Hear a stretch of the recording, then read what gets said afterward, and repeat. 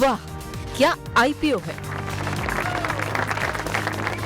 तो दो आईपीओ रचित सर जिन पे बात करना जरूरी है। पहला आईपीओ है जीएनजी इलेक्ट्रॉनिक्स का। रोबस्ट नंबर यहां पर सब्सक्रिप्शन के ऑलरेडी हो चुके हैं, 19 गुना ये आईपीओ अब तक सब्सक्राइब हो चुका है। सेकेंड डे है आज आईपीओ का। और 25 जुलाई तक ये आईपीओ खुला रहेगा। प्राइस बैंड 235 से 237 रुपए पर शेयर के आसपास है। टोटल इशू करीब 460 करोड़ रुपए के आसपास का है। 400 करोड़ फ्रेश इशू है, 60 करोड़ के आसपास का ओएफएस है। ये company laptop, desktop, ICT devices को रिफर्बिश करती है। भारत, दुनिया भर में इनकी सर्विसेज है। अमेरिका, यूरोप, अफ्रीका, यूएई, इन सब जगहों पे कंपनी का कामकाज है। और कंपनी सोर्सिंग, सर्विसिंग, इन सब तरह की गारंटी के साथ कामकाज करती है। और इलेक्ट्रॉनिक्स बाजार के नाम से कंपनी का ब्रांड है। आप क्या रीड कर पा रहे हो? अच्छे नंबर आए सो फार तो सब्सक्रिप्शन के। सर लिस्टिंग गेन्स के लिए डेफिनेटली इस पर्टिकुलर स्टॉक में हमें एक बार ट्राई करना चाहिए। और सर एक और चीज मैं ऐड कर देता हूँ, पहले ना ये पर्टिकुलर जो बिजनेस था वो अनऑर्गेनाइज मार्केट से चलता था।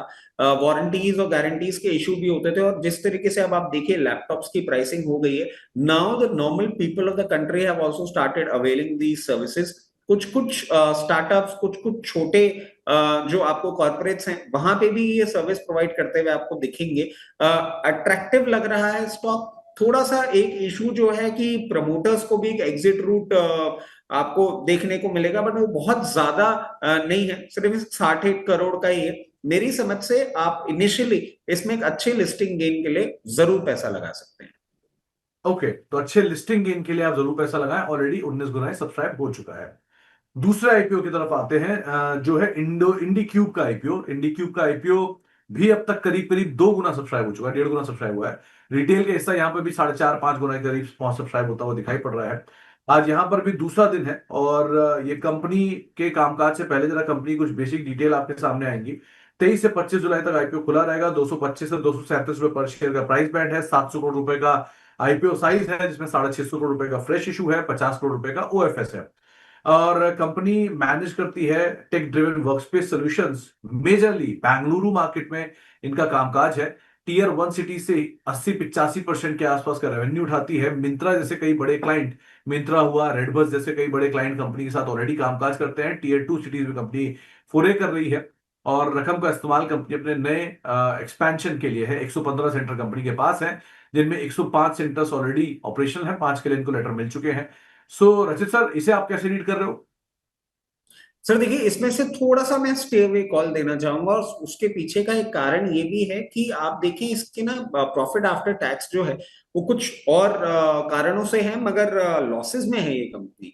तो वो एक सेंस ऑफ कंफर्ट मेरे को कहीं नहीं मिल पा रहा है। उसके साथ साथ मैं एक और चीज ऐड करना चाहूंगा सर, रेवेन्यू सरप्लस में भी ये नेगेटिव हो रही है। तो बेटर रहेगा एक बार कंपनी लिस्ट हो जाए, थोड़ा सा एक कंफर्ट तभी मिलेगा। अभी फॉर द टाइम भी दूरी बना के रखें, बहुत कंफर्टेबल नहीं लग रहा है ये IPO at the very face of it. IPO comfortable नहीं दिखाई पड़ रहा रचित सर को। रही बात लॉस की, तो लॉस की वजह है कंपनी के अकाउंटिंग स्टैंडर्ड में बदलाव। कंपनी ने अपनी इंडास 116 को लास्ट ईयर एक्वायर किया, जिसकी वजह से इंटरेस्ट कॉस्ट और डिप्रिसिएशन थोड़ा बढ़कर आया, जिसकी वजह से कंपनी को लॉस दिखाई पड़ रहा है। लेकिन अदरवाइज कंपनी के जो आईपीओ को लेकर राय है वो ये साफ है कि थोड़ा लिस्ट होने दीजिए, उसके बाद यहाँ पे कॉल लेना ज्यादा बेटर रहेगा। तो ये दो आईपीओ जिनके ऊपर चर्चा करनी जरूरी थी, और ये आईपीओ मार्केट अब धीरे धीरे और गुलजार हो रही है। तो अगले हफ्ते और आईपीओ आएंगे, उन पर बातचीत करेंगे ही। लेकिन फिलहाल वहां के आईपीओ को यही समेटते हैं।